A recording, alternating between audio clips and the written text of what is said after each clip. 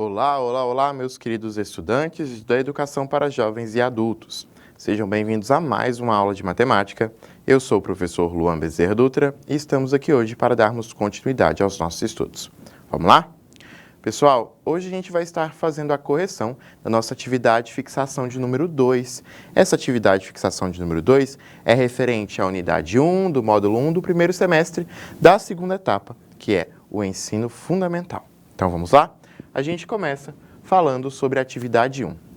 Exercitando o que você já aprendeu sobre ângulos e como medi-los, ângulos de visão e mudança de direção e giros de um ângulo, observe as figuras 1, 2, 3 e 4 a seguir. E utilizando um transferidor para medir os ângulos destacados na figura a seguir, marque a opção encontrada por você.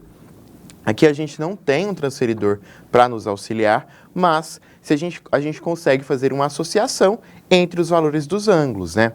Olha só, como estamos falando aqui na figura 1, a gente entende que o ângulo reto é aquele ângulo de 90 graus e o ângulo de 45 graus é metade dele. Se compararmos o ângulo da abertura da figura 1 com o ângulo de 45 graus, percebemos que ele é um pouco maior. Sendo assim, a única opção possível para esse ângulo 1 é 70 graus. De forma análoga, a gente pode pensar para o ângulo da figura 2. O ângulo da figura 2, ele vai ser um ângulo de 140 graus. Ao olharmos para a figura 3, vamos ter um ângulo de 20 graus. E na figura 4, a gente vai ter um ângulo de 210 graus. Certinho? Vamos para a atividade número 2? A atividade número 2 vai precisar que voltemos nessas espessuras aqui do quadrinho, né? Vamos ler o enunciado? Agora, vamos exercitar os conhecimentos sobre ângulos de visão. Para resolver a atividade 2, apresentamos novamente o quadro com algumas opções de lentes e suas medidas aproximadas. Aqui a gente tem que a espessura de uma lente de 4 milímetros vai pegar com um ângulo de 70 graus, alcança ali até 6 metros de distância. Uma de 6 milímetros num ângulo de 50 graus vai de 5 a 10 metros. 8 milímetros com 40 graus, de 10 a 20 metros. 12 milímetros com 27 graus, de 20 a 35 metros. E 16 milímetros a 20 graus, de 35 a 50 metros. Com o transferidor, meça os ângulos apresentados em cada fotografia e, com base nos dados do quadro acima, indique qual lente é mais adequada para cada situação e qual é a distância aproximada da máquina ao objeto.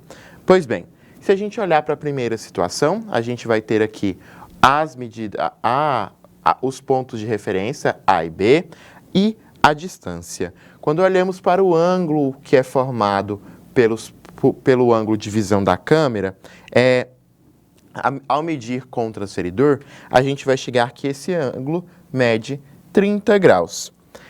Então, para isso, a gente tem que, com o ângulo de 30 graus, a lente que mais se aproxima é a de 12 milímetros, tá? Então, qual a lente mais adequada? De 12 milímetros. E a lente de 12 milímetros vai alcançar aí de 20 a 35 metros de distância. Na segunda situação aqui, a gente não tem as retas, mas a gente pode construir as retas da figura, tá? Então, se a gente conseguir aqui fazer o segmento que liga os pontos da figura, a gente vai ter aqui, ó, o A e o B. O A e o B. Deixa eu tentar colocar aqui. Esse ângulo aqui, de forma um pouco mais abstrata, porque o desenho não ficou tão bem feito, esse ângulo ele vai medir para a gente exatos 17 graus. Esses 17 graus, então, faz com que a lente que mais se aproxime vai ser a de 16 milímetros, e a de 16 milímetros permite a visão de 35 a 50 metros. A figura 3 aqui, a gente vai ter os segmentos sendo formados aqui, né? De A até O. Esse ângulo formado pela câmera vai ser um ângulo de 73 graus e o ângulo de 73 graus, a lente mais adequada é a de 4 milímetros. Com isso, a gente tem aí que a distância aproximada é de 0 a 6 metros de distância, certinho? Vamos para a atividade 3? Olha só, a atividade 3, observe o giro do ponteiro preto e o ângulo formado com esse giro, considerando que, em todos os casos, ele partiu do número 12 e girou no sentido horário. Em seguida, marque a alternativa que apresenta corretamente o ângulo formado em cada figura. O relógio 1, a gente vai ter um ângulo aí formado que é um ângulo completo, né? Vamos pensar que ele partiu aqui do 12 e fez uma volta completa. Então, no relógio 1 aí, a gente tem o ângulo completo. O ângulo do relógio 2, ele parte do 12 e faz aqui, ó, 180 graus. Então, a gente vai ter um ângulo raso no relógio 2. No relógio 3, a gente vai ter um ângulo de 90 graus, que é um ângulo reto.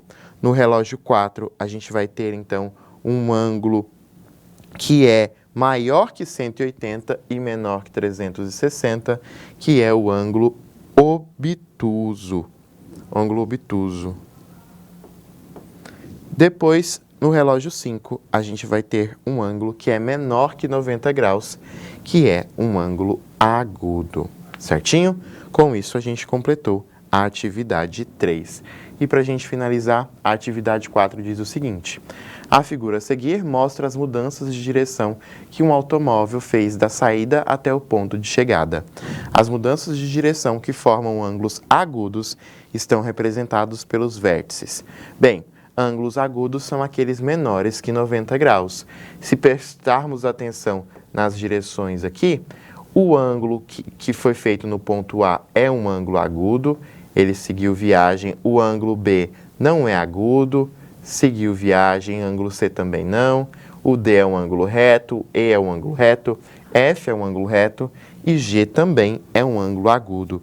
Então, com isso, a gente tem que a resposta correta é a letra C.